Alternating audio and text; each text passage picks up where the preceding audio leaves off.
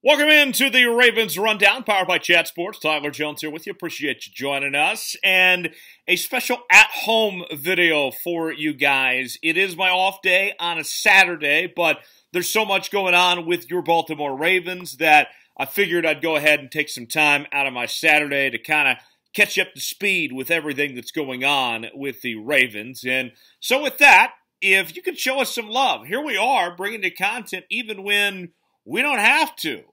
Subscribe to the channel if you haven't already. We are dedicated to the grind here on the Ravens Rundown. Subscribe now, youtube.com/RavensTV, so you never miss a moment what's going on with your Baltimore Ravens teams, the latest Baltimore Ravens news and rumors. Even when we're at home, make sure those notifications are turned on as well. So let's start off today's show talking about Lamar Jackson. And I want to go over some takeaways of Ravens training camp, where things have stood so far at this point in time. And the early reports from the first few days of Ravens training camp are that Lamar Jackson's off to a hot start at this point, that he's looking really well. And many had wondered with Lamar Jackson coming into Ravens training camp how he was going to adapt without Hollywood Brown there. First time that we would see him in training camp without his top wide receiver from the last couple of years. Obviously, Mark Andrews is still there, but nonetheless, and so far, Lamar's looked really good. This was a report from earlier this week. For the third straight day, Lamar Jackson has impressed. He completed multiple back shoulder throws to his wide receivers and connected with tight ends Isaiah Likely and Mark Andrews for big gains and touchdowns. Through 3 days, there's been nothing but positives for the motivated Jackson, and his throwing has impressed offensive coordinator Greg Roman. That's according to the Baltimore Beatdown from SB Nation. Now, here's what Greg Roman had to say in regards to Lamar Jackson. I think it's the best I've ever seen him throw it thus far. What we are 3 days in, and he's throwing it probably better than I've ever seen him throw it. He's really worked hard in the offseason, and it's showing, so he's got to build on that. It's really exciting. So, very good news there from Lamar Jackson. And, we all know that Lamar Jackson is a very talented quarterback, one of the best in football, but I think we all have a couple things that we want to see from Lamar Jackson, that you want to see him take that next step as a passer to become an elite passer on that front. And then on the other end, you want to see him bounce back after a struggling season in 2021, where obviously he dealt with injury too, but nonetheless, and so far through a few days, he's passing those things. So that's good to see. Also, another note, we've been told that with contract negotiations, as we continue to follow that story here on Ravens Rundown, that according to John Harbaugh, he believes a deal is going to get done, and Lamar Jackson has set a timetable. He says that there will be a timetable of when they have to get this done by, and there will be a cutoff at some point. So very fascinating that so far through the first few days, it's all positive on the Lamar Jackson front. That not only does he look good, that he's off to a fast start, that things are pointing towards that a contract deal is going to get done on that front. So very positive there from Lamar Jackson that things are headed in that direction. So with that said, I want to hear from you guys a quick question or weigh in. I know that we don't have any graphics because we're doing an at-home video, but let me know. Will Lamar Jackson have a Pro Bowl season in 2022? Is that the type of year that we're going to see from Lamar? Let me know in the comment section. Type Y for yes if you think it's going to go down for him that way. Type in for no if you don't think he is going to have a Pro Bowl season in 2022. Let me know one way or the other. Y for yes, in for no, if Lamar Jackson will have a Pro Bowl season this year. All right, let's move on now. Let's talk about the tight end position. And you've heard me say many times on this program that I am of the belief that the Ravens have the best tight end room in the entire NFL right now. That things are looking really good for this group beyond just Mark Andrews, who we already know is spectacular in his own right.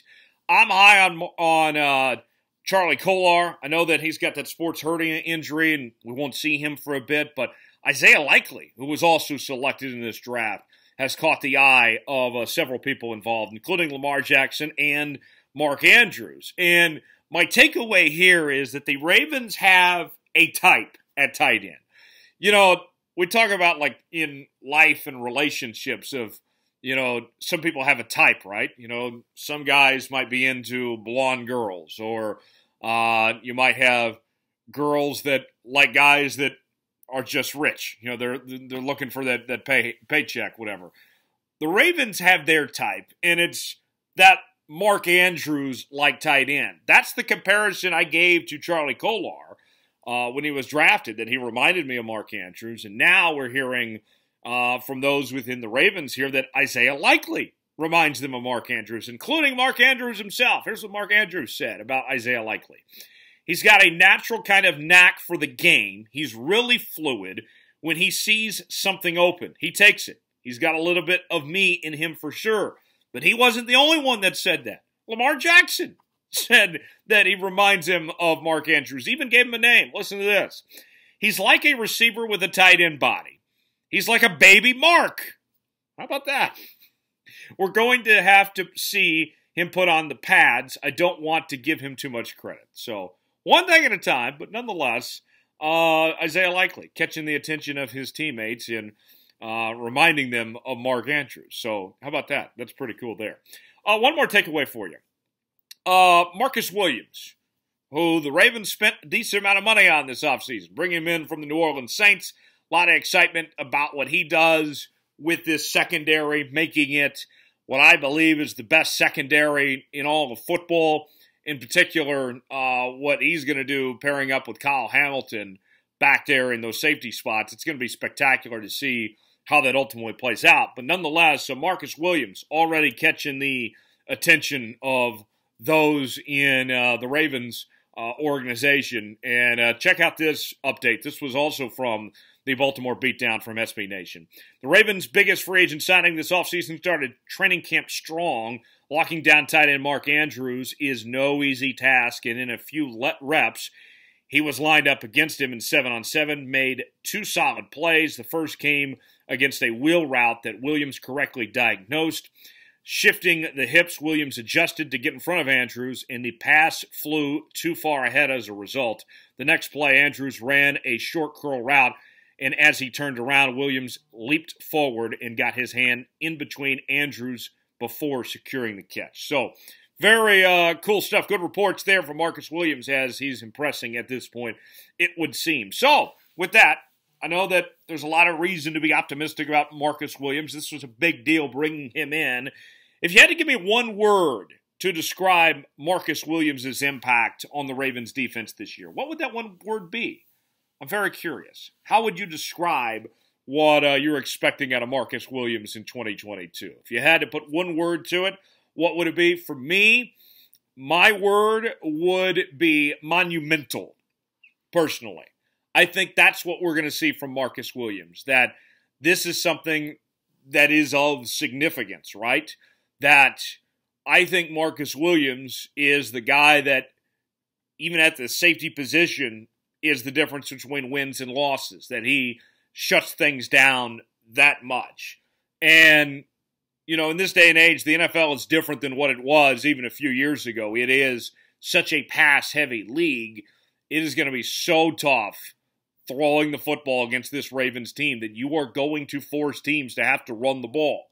And to me, I think that's great. I'm excited about what Marcus Williams is going to do to elevate this defense. And, you know, the pride and soul of the Ravens' identity for how many years now has been their defense. And I think we're going to look at this Ravens defense, in particular in the secondary, and it's going to remind us of some of those Ravens defenses that we know and love from many years ago. So with that, there is today's at-home edition of Ravens Rundown.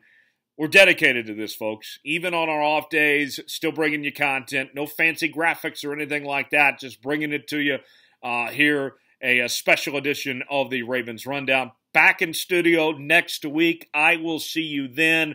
Appreciate you joining us. Subscribe to the channel now if you have not already. YouTube.com/RavensTV. And turn on those notifications as well. Join the Noti gang so you never miss a moment. You're up to date with what's going on with your Baltimore Ravens. We'll break it all down for you each and every day here on the channel. Thanks for joining us here on Ravens Rundown.